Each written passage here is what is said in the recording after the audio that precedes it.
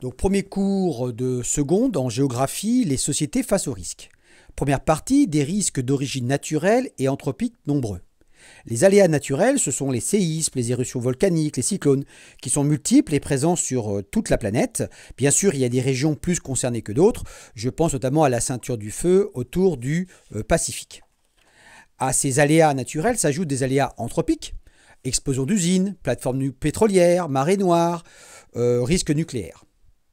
Les risques sont le produit d'un aléa et d'une vulnérabilité qui est toujours humaine. Le risque n'est qu'un potentiel. Lorsqu'il se concrétise, une catastrophe peut se produire. Deuxième partie, il existe une inégale vulnérabilité selon le développement.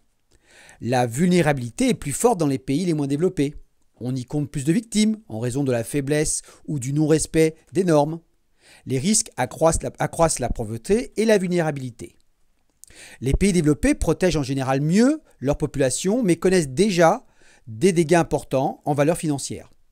Néanmoins, les catastrophes pèsent plus en valeur relative dans les États peu développés.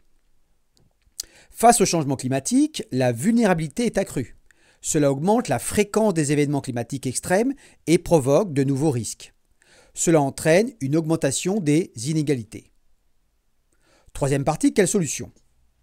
Il faut prévenir et gérer les risques. La résilience désigne la capacité à retrouver un fonctionnement normal après une catastrophe.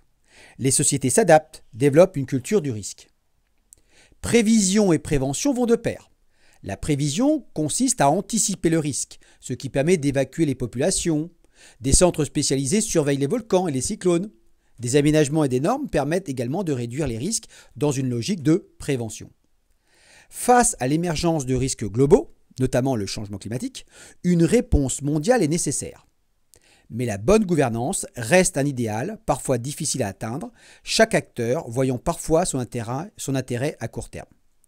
Vous avez noté qu'il y avait de nombreux mots-clés dont vous devez connaître la définition et être capable de les réutiliser en classe.